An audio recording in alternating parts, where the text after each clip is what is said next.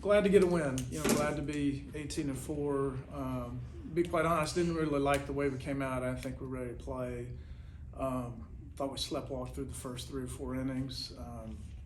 But thought once Jacob got through the first inning, he settled in and really looked sharp. 2 through 5, and the bats woke up in the middle of the game, and obviously a lot of positives the back half. So, again, just glad to get a win and glad to be 18-4. It was a much improved start for Jacob tonight compared to last time around. So was there any adjustments that he made from last start to this one?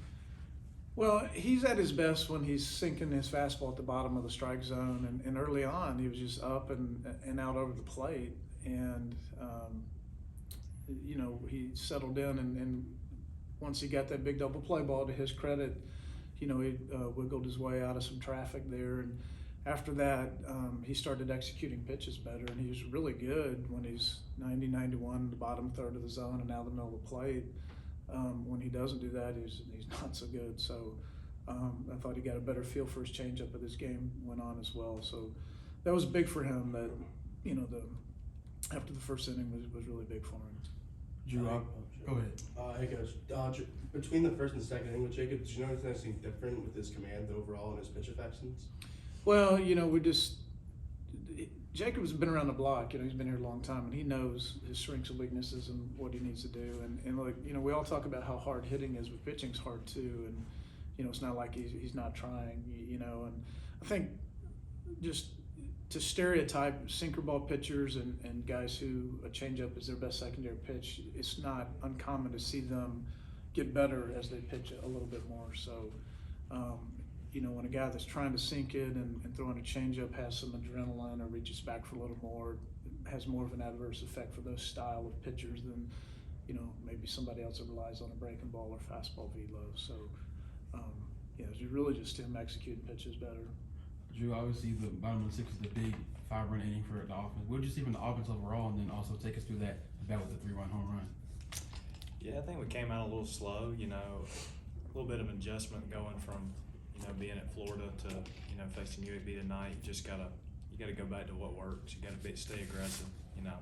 Try to get in good hitters counts and put good swings on the ball, and that's what I felt like we did better towards the back half of the game. Drew, as one of the veteran leaders of the team, is there any advice that you guys are giving to the younger players now that SEC play is upon us? Yeah, I think that's something you got to learn from experience. You can talk about it all you want before we get there, but then when they get there and see, how competitive it is, every game's going to be a one-run game. Comes down to all the small stuff. They get to see it for themselves, and they saw it last weekend, and they're going to see it for 9 more weekends. Coach, obviously, Petey had a good day getting on base with a couple walks, but he didn't have a hit again. Just what do you say from his approach, and in your experience, what is best to kind of remedy, if a person's in a slump? Well, every player is different, and you gotta be fair and have some consistency, but you gotta coach them differently. And yeah, Andrew's a little bit off right now. I think just mechanically he's a little bit out of whack, and we're working through some things. And you try to be fair, but you certainly don't treat them all the same. And Andrew, because of how much talent he has and how much success he's had at the highest level, he gets a little more leeway than some of the others. So. I'm not sure we can be the team we want to be without him being a huge part of it. And, obviously the first 3 weeks of the season, he was a lot better than he's been in the last couple of weeks, but he'll get through, and we're working through some things. And I thought it was exactly what you mentioned. Like, he got out twice, but he also got on base twice. And, you take a guy that's not at his best to still get on base 50% of the time. And, he can make a web gem or steal a base or score from first on a double or throw a base runner out. And, that's another reason why he gets to a little bit more leash to work through some things than some of the other guys.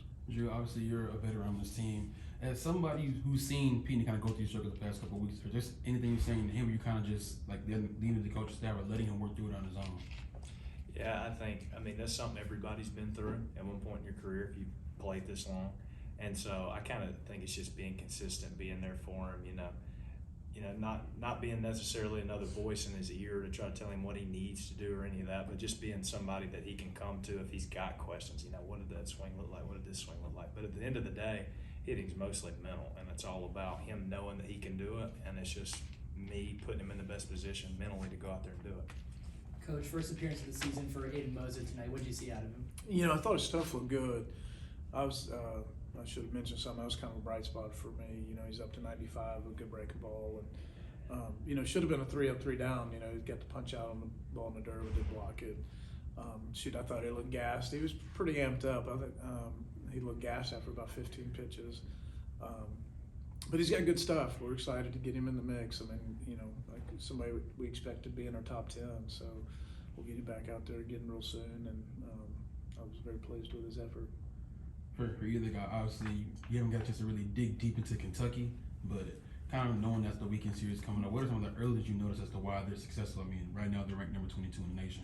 Yeah, I think they've won 14 in a row or something. Again, I haven't gotten too deep into them, but they have a sub-3 team ERA. They throw a ton of strikes. And they have a lot of experience. You know, so you talk about an older group that throws a ton of strikes, that's winning a lot. That's a pretty good combination. So, you know, excited to open SEC play at home. I hope everybody that's listening out there will come out and see us this weekend, because we need a home field advantage like Florida had this weekend. Hey, Coach, what did you see differently tonight offensively, you know, getting the 10-run rule than you did in Florida over the last series where the offense really wasn't as productive and consistent?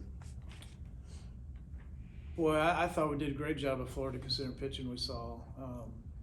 You know, sometimes you just got to tip your cap, and, you know, again, Sprode on Thursday night looked like a double-A pitcher, and the next 2 guys are going to be top 50 picks, and I thought we really competed well at the plate.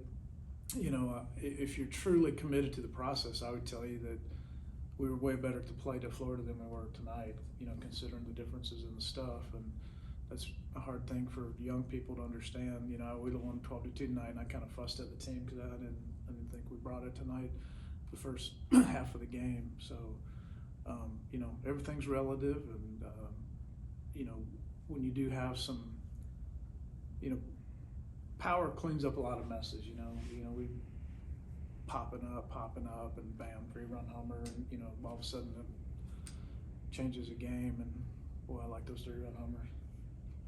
When the team goes through a bullpen game, how hard is it to get into a rhythm, Drew? I think, you know,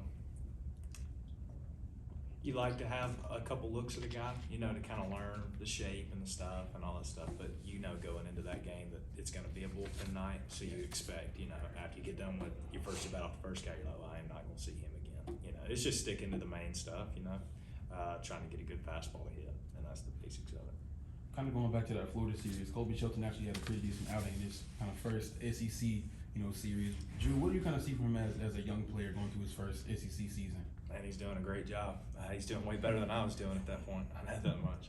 But he's just a real mature guy for his age. You know, he's not looking at stats. He's not worried about what they're tweeting about him. He just comes out here every day and puts in the same work every day. I mean, he's one of the most consistent guys on the team. So, you know, when you put that kind of work in, your mentality's just strong. And, you know, I expect him to do that all year long. Not to compare him to other freshmen, Coach, but what did you see from Shelton as he's kind of worked his way through Florida and will prepare for Kentucky? Well, I told Colby this. The most impressive thing to me for him, you know, he's from the Tampa area, and he had the exact same body language, effort in his swing, pregame routine as he always does. And that's hard to do, man. You're 18 years old, your first road SEC series, and he had all kinds of people at the game, and he just went out and played. So that's just, you know, speaks to his maturity. That was really impressive, and I was really happy. That was a pretty cool moment for him to hit a home run down there, you know, having all those people there. So he's doing a great job. That's it. All right. All right, thank you all.